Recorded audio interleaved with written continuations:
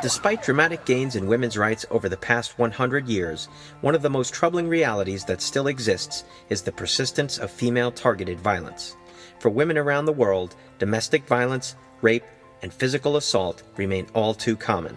According to data from the World Bank, women aged 15 to 44 are more likely to suffer from rape and domestic violence than from cancer, car accidents, or malaria. In some countries, up to 70% of women experience serious violence in their lifetime. Today, one of the worst countries for violence against women is Guatemala. Guatemala currently has the distinction of being the single most violent country in the Western Hemisphere. In 2012, this tiny Central American nation reported an average of 99 murders every week, and most of those victims were women. In Guatemala, women are deliberately targeted by criminals and gangs. Between 2000 and 2007, the murder rate for women more than tripled. Exacerbating the problem is the fact that these crimes are seldom prosecuted.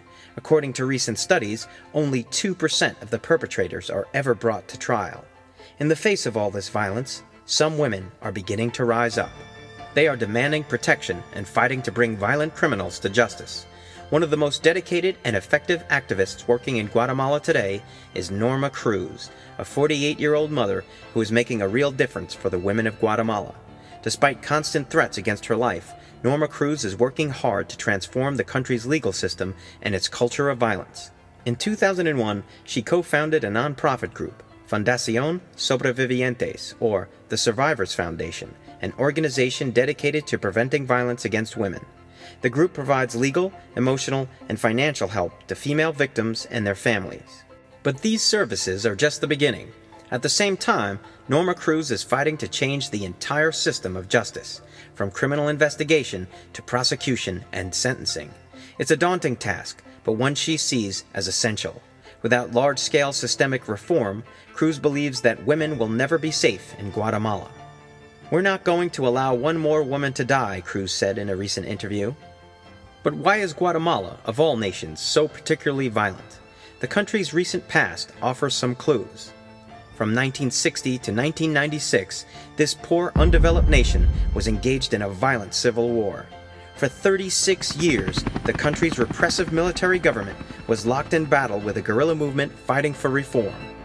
Over time, the violence grew increasingly worse, and the government's tactics became extreme. People who were even suspected of helping guerrillas were tortured and killed in grisly ways. In some areas, entire villages were wiped out. Women were often targeted for extreme treatment during the war. Women and young girls were frequently raped, mutilated, and dismembered before they were killed. Although the war ended nearly 20 years ago, the trauma of all that bloodshed has had a lasting impact. In many ways, Guatemala is still immersed in a culture of violence. This is the culture that Norma Cruz is trying to change. For Norma Cruz, the struggle is not just one of principle, it is personal. In 1999, Norma discovered that her live-in boyfriend had been sexually abusing her young daughter for 5 years. Although this kind of abuse was generally kept quiet in Guatemala, Norma decided to file criminal charges. After a long 3-year trial, Norma was finally able to win a conviction against her ex-boyfriend, who was sentenced to an unprecedented 20 years in prison. The victory made Norma a national figure, brought the issue to light, and gave hope to other victims. Unfortunately, the victory was short-lived. Within a year, the sentence was commuted to just 8 years, and within 5 years, her ex-boyfriend was free and out walking the streets again. But this incident put Norma on a bold new path that would help her begin transforming a nation. Norma's goal is ambitious, the eradication of all violence against women. Norma started the Survivors Foundation in her own living room, with few resources and no real background in criminal justice. The first thing she realized was that there was no system in place to seek justice for women in Guatemala. To the local police, crimes against women were simply not worth investigating. As recently as 2006, the police were not even gathering evidence at crime scenes involving women, even if the woman had been murdered. They simply picked up the body, removed it, and buried it. Norma realized that she and her staff would have to teach themselves the basics of forensic science if they were going to investigate the crimes on their own. "We decided to begin studying the sciences that would be our tools," she said. "We decided to speak the same language as the medical forensic experts, as the Attorney General's office, and as the judges." Although many of the foundation's members, including Norma, had never even finished high school, they learned quickly and soon became very skilled. Before long, they were solving cases and bringing the evidence to the police. With each conviction, Norma's fame grew, and so did the hope of Guatemala's women. The foundation began to win support nationwide. By 2007, Norma had a staff of 35 people, including 6 lawyers, 4 psychologists, and a social worker. The foundation was growing, and it was starting to make a real impact. Of course, not everyone was happy with Norma's work. A wide range of criminals were now being pursued by police, including members of organized crime, and they were not happy. Soon Norma was receiving death threats on a regular basis. In 2006, the foundation's offices were shot up by armed gunmen. Although no one was injured, the message was clear. Today, Norma doesn't go anywhere without an armed bodyguard. Despite the risks, Norma continues to press on with her cause, and she is slowly making a difference.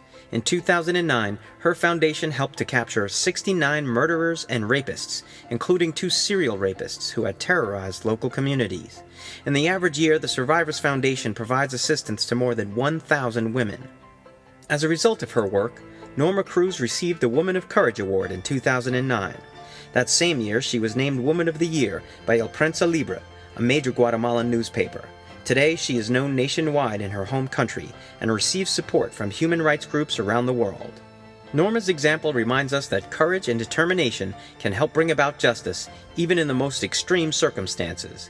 Progress may be slow at times, but major changes can happen. This is a topic that must be addressed in every country. We need to see this as a problem that affects everyone, men and women. It's not just a problem for women, it's a problem for humanity.